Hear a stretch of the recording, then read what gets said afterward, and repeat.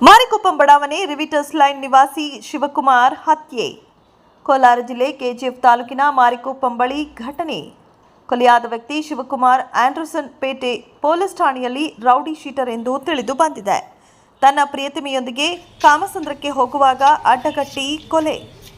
ಬೈಕ್ನಲ್ಲಿ ಬಂದ 4 ದುಷ್ಕರ್ಮಿಗಳಿಂದ ಕೊಲೆಯಾಗಿದೆ. ಶಿವಕುಮಾರ್ ಜೊತೆಗಿದ್ದ ಪ್ರಿಯತಮೆ ಪ್ರಾಣಾಪಾಯದಿಂದ ಪಾರು.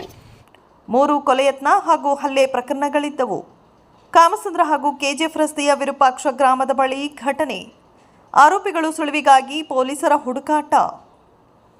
ಸದ್ಯ ಕೊಲೆ ಮಾಡಿದ ಆರೋಪಿಗಳಿಗೆ ಬಲೆ ಬೀಸಿರುವ ಪೊಲೀಸರು ಕೆಜಿಎಫ್ನ ಆಂಡರ್ಸನ್ ಪೇಟೆ ಪೊಲೀಸ್ ಠಾಣಾ ವ್ಯಾಪ್ತಿಯಲ್ಲಿ ಪ್ರಕರಣ ದಾಖಲಾಗಿದೆ. ಆಂಡರ್ಸನ್ ಪೇಟೆ ಪೊಲೀಸ್ ಠಾಣಾ ವ್ಯಾಪ್ತಿಯ ಕಾಮಸಮುದ್ರ ರಸ್ತೆಯಲ್ಲಿ ಇದರಲ್ಲಿನ ಫಿರ್ಯಾದಿ 17 ವರ್ಷದ ಯುವತಿ ತನ್ನ ಯಾರ ಜೊತೆಗೆ ಆಕೆಯ ಮದುವೆ ಫಿಕ್ಸ್ ಆಗಿತ್ತು, ಇನ್ನೂ ಮದುವೆ ಆಗಿಲ್ಲ, ಮದುವೆ ಫಿಕ್ಸ್ ಆಗಿತ್ತು, ಮುಂದೆ ಮದುವೆ ಮಾಡ್ಕೋಬೇಕು ಅನ್ನುವ ಸಂದರ್ಭದಲ್ಲಿ, ಅಂದರೆ ಮುಂದೆ ಮದುವೆ ಮಾಡ್ಕೋಬೇಕು ಅನ್ನೋ ಪ್ಲ್ಯಾನಲ್ಲಿ ಇದ್ದರು ಅವರು. ಶಿವಕುಮಾರ್ ಅಲಿಯಾಸ್ ತೇನ್ ತಂದೆ ಜಯಶೀಲನ್, ಇವರು ಕೆಜಿಎಫ್ ನ್ಯೂ ಮಾಡಲ್ ಹೌಸ್ ವಾಸಿಯಾಗಿರ್ತಾರೆ, 31 ವರ್ಷ ವಯಸ್ಸಿನವರು.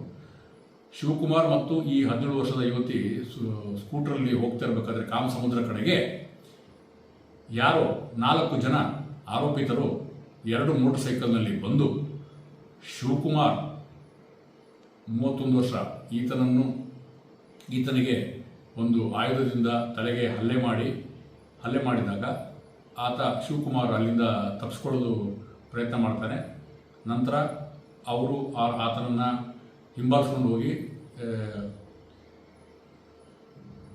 ಹಲ್ಲೆ ಮಾಡಿ ಕೊಲೆ ಆಗಿರುವುದಾಗಿ ಈ 17 ವರ್ಷದ ಯುವತಿ ನೀಡಿದ ದೂರಿನಂತೆ ಪ್ರಕರಣ ದಾಖಲಾಗಿರುತ್ತದೆ. ಇದರಲ್ಲಿ ಆರೋಪಿಗಳ ಬಗ್ಗೆ ಮಾಹಿತಿಯನ್ನು ಪ್ರತ್ಯಕ್ಷ ಸಾಕ್ಷಿಯಾದ ಈ ಯುವತಿಯಿಂದ ನಾವು ಪಡ್ಕೊಂಡು ಇದರಲ್ಲಿ ಯಾರು ಈ ಕೃತ್ಯದಲ್ಲಿ ಪಾಲ್ಗೊಂಡಿದ್ದಾರೆ ಅವರ ಬಗ್ಗೆ ಮಾಹಿತಿ ಸಂಗ್ರಹಿಸಿ ಆದಷ್ಟು ಬೇಗ ಅವರನ್ನು ಕಾನೂನುಗೊಳಪಡಿಸುವ ಪ್ರಕ್ರಿಯೆಯನ್ನು ಮಾಡುತ್ತೇವೆ.